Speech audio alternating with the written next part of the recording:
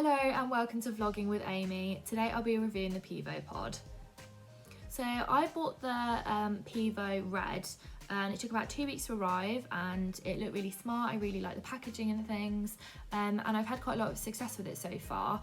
So we've used it on 3 different occasions and there has been some muck-ups, but generally it's been pretty good. So I use the settings fast, AI, Predictive. I have a bit of a play with Predictive on and off, and obviously use the horse setting in the middle of the screen.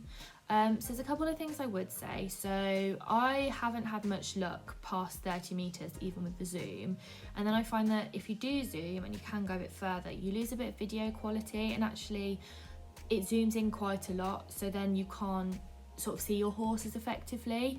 You know, you can get quite close up to them. I have a tripod in the school, for instance, and then it sort of, half of you misses out.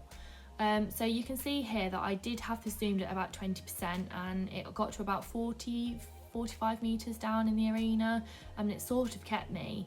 So what happens now is this is Predictive off, so it will just stop once it doesn't recognise the side of the horse's shape as such, because I obviously travelled away from it.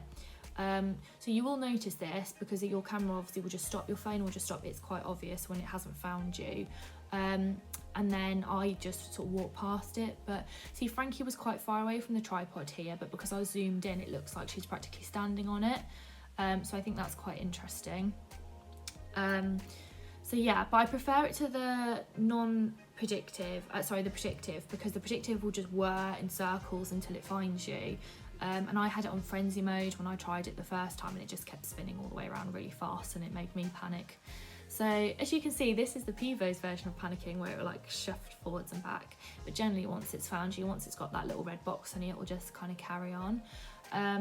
So again, this is another example where I just sort of demonstrated going out of shot on my sticky rein, or me and Frankie's sticky rein, which is why we look a bit stiff. So yeah, as I said, it's just quite nice that it sort of tries to predict you, and then it will just stop instead of keeping going, and then it'll pick you up and you can carry on. So for the money it is, I think it's really worth something, because like we don't have any mirrors, and I'm currently not having any lessons or anything, so it's just really helpful to see how you're riding. And like here, I thought my sitting trot was really good, and it was not. So yeah, I really recommend that you buy one, and I think for all the pitfalls they do have, out of half-hour training sessions, we were managing to get loads of really good snapshots of videos. And if you're doing lots of transitions, which you should be anyway, you should be able to get lots of good videos in between those transitions. So yeah, so any questions, let me know, or DM me or something like that. But I really like them, and they get a solid 4 out of 5 stars from me.